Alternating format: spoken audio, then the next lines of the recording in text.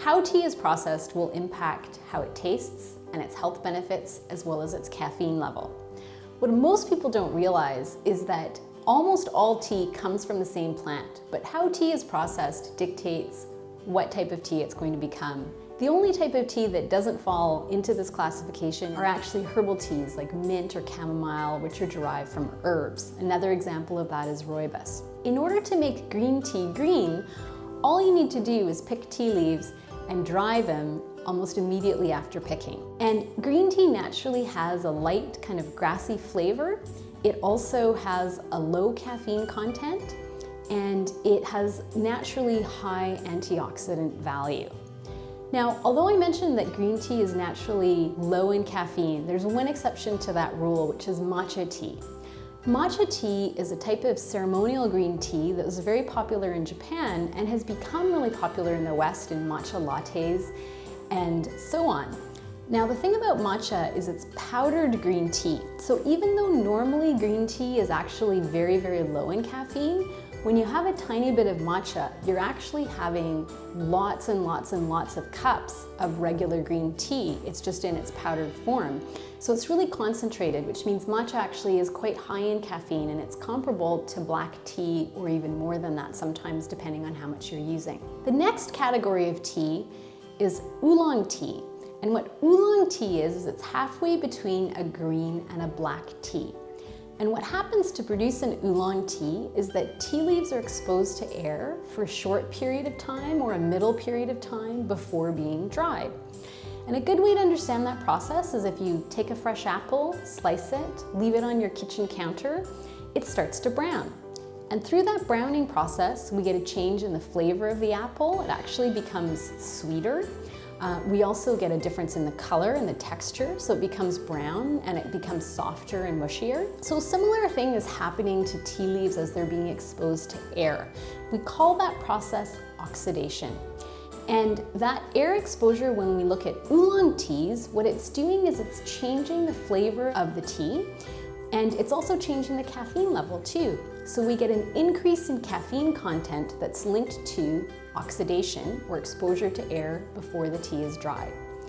Oolong teas are highly prized in Asia by tea connoisseurs because they tend to have these really beautiful aromatic compounds, floral notes and fruity notes that you don't naturally see in any other type of tea, and they arise through the oxidation process. The level of oxidation, so the amount of exposure to air before drying, will impact whether that oolong tastes more like a green tea or if it tastes a little bit more like a black tea. Short oxidation time for oolong teas, meaning short exposure to air before drying, tends to result in a milder tasting oolong tea that is very similar to green tea, but it just has some really lovely floral notes that you'll never see in a green tea, because green tea on its own has these naturally grassy compounds that are as a result of just the way the natural tea plant tastes, and when it's dried immediately after picking, you can't really lose those grassy notes or flavors.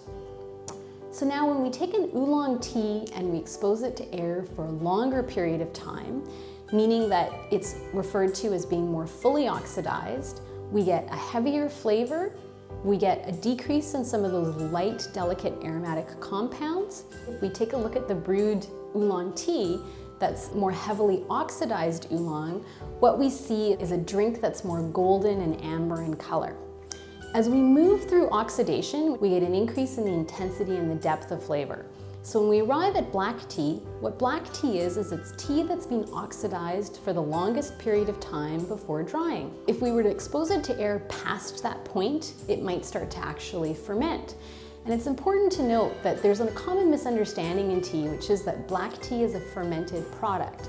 It's not, it's actually an oxidized product. Fermentation implies a different process. What oxidation is just exposure, as I mentioned, to air before drying. And what we end up with black tea is we get the deepest, darkest color of the tea. So when we're looking at the brewed tea, we get a very orange color that's not indicative of any other type of tea. You'll never see that orange color in a green tea. It can't be produced. But with a black tea, we get highest intensity of flavor, and we start to actually lose again those aromatic compounds that have arrived at the midpoint of oxidation. Now, to produce white tea is made from the newest growth on the tea plant, and then those leaves are dried shortly after picking at a much lower temperature than green tea. And white tea is traditionally highly prized for its antioxidant value, and it's because of those two reasons. One is it's coming from the youngest leaves on the bush, which contain the highest antioxidant levels, and two, it's dried at a very low temperature. That further protects the antioxidants in the white tea. You get a very, very mild flavor from white tea as well. Yellow tea is produced in a very, very small quantity, and it's a very rare type of tea that it's very unusual to see outside of China. There are only a handful of people in China that know how to produce authentic yellow tea. And yellow tea is produced through a similar process to green and white tea, where the leaves are dried after a short oxidation period, but then there's a slightly complex technique that's used in terms of how the tea leaves are dried to produce yellow tea.